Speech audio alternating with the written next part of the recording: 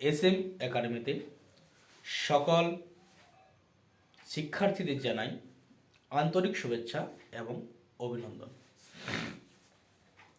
আশা করি সকলেই ভালোই আছো। তো আমরা আজকে তোমাদের 2026 সালে যে সমস্ত শিক্ষার্থীরা ফোর্থ সেমিস্টার পরীক্ষাটা দেবে মেজর 5, তাদের আজকে আমরা সিলেবাসটা আলোচনা করে দিচ্ছি ভাষা বিজ্ঞান থেকে। দেখো, ফোর্থ সেমিস্টার মেজর 5 ভাষা বিজ্ঞান CBCS syllabus semester 4 Bangla major 5। তার আগে বলবো, যে সমস্ত শিক্ষার্থীরা আমার চ্যানেলটি প্রথম দেখছো তারা অবশ্যই একটি লাইক, একটি কমেন্ট, সাবস্ক্রাইব অবশ্যই করে দেবে, অল নোটিফিকেশান অন করে দেবে পরবর্তী ভিডিওর জন্য, যাতে পরপর তোমরা কিন্তু ভিডিওগুলি পেয়ে যাও। আমরা দীর্ঘদিন তোমাদের ভিডিও বন্ধ রেখেছিলাম, আবার আমরা শুরু করছি। তোমরা আমাদের চ্যানেলটা যদিও ভিডিও অলরেডি পেয়ে যাবে, দেখবে কেমন সাজেশন এসছে।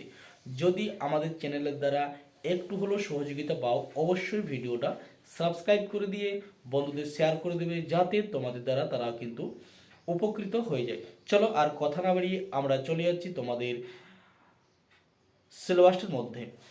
ফোর্থ সেমিস্টার ভাষা বিজ্ঞান মেজর 5 এবং তোমাদের নোটস দিয়েও আমরা এখানে উপকৃত করব এই বছর। চলো, 1 নম্বর হেডিং দিবে প্রাচীন ভারতীয় আর্য ভাষা থেকে। প্রাচীন ভারতীয় আর্য ভাষা থেকে নব্য ভারতীয় আর্য ভাষার উদ্ভব ও ক্রমবিকাশ। প্রাচীন ভারতীয় আর্য ভাষা থেকে নব্য ভারতীয় আর্য ভাষার উদ্ভব ও ক্রমবিকাশ। আমরা কিন্তু আলোচনা করছি তোমাদের সিলেবাস বাঁকুড়া ইউনিভার্সিটির।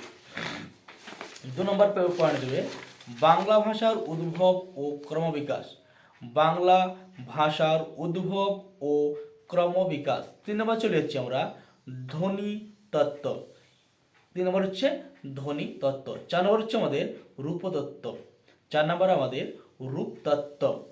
এই 4টি অধ্যায় তোমরা কিন্তু অবশ্যই ভালো করে পড়ে নেবে, এবং সিলেবাস সম্পর্কে আমরা আলোচনা করেই দিলাম সম্পূর্ণ সিলেবাস, এবং তোমরা নম্বর প্যাটার্নটা আগে পেয়েছো। আর নম্বর প্যাটার্ন সম্পর্কে আমরা আর সেরকম বিস্তারিত আলোচনা করছি না, যাতে ভিডিওটা সংক্ষেপে হয় সেদিকে আমরা আলোচনা করছি। দেখো, তোমাদের কিন্তু কম পড়েও কিন্তু বেশি নাম্বার পাওয়া যায় এই সিলেবাসটার মধ্যে, সেই দিকটি আমরা পরে আলোচনা করছি। তোমাদের একটু ভিডিওটা যাতে লং টাপ না হয় সেদিকে আলোচনা করে দিলাম আমরা। চলো, কথা না বলি ভিডিও বন্ধ করছি, পরবর্তী ভিডিও তোমার সাথে দেখা হবে।